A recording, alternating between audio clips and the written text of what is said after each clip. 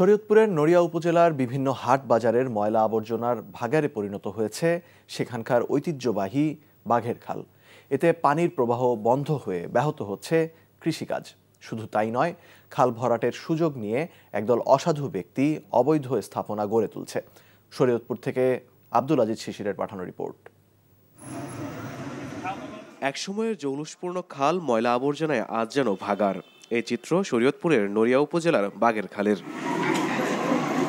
স্থানীয়রা জানান, আশেপাশের বাজারগুলোর যত ময়লা সবকিছুই এই খালে ফেলা হয়। এতে খালের বিভিন্ন স্থানে আবর্জনা আটকে পানির প্রবাহ বন্ধ হয়ে গেছে, ফলে ব্যাহত হচ্ছে কৃষিকাজ, দূষিত হচ্ছে পরিবেশ।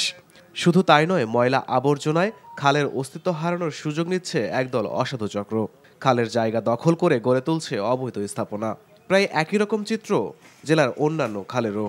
গরিশার বাজারে আমাদের ব্যবসায়ীদের ময়লা ফালানোর নির্ধারিত কোনো জায়গা নাই। এই কারণেই কিন্তু আমাদের এই সমস্যা ঘটতেছে। খাল দিয়ে অজস্র নৌকা চলাচল করতো, বর্তমানে বাজার সহ বিভিন্ন হাসপাতাল যারা আছে সকলে ময়লা ফেলতে ফেলতে খালটিকে এমন অবস্থা করেছে, খালটি এখন ভরাট। যারা শক্তিশালী যারা আছে এলাকায় তারই ভোগ করতেছে, তারই দোকানপাট উঠায়, ওইটা করে সেটা করে।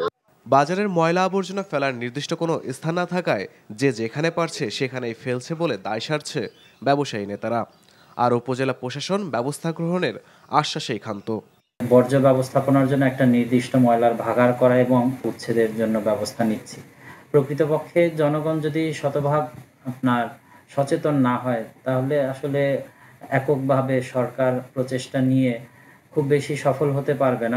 দ্রুত খালের ওপর অবৈধ স্থাপনা ও ময়লা আবর্জনা পরিষ্কার করে আগের অবস্থায় ফিরিয়ে দেওয়ার দাবি এলাকাবাসীর।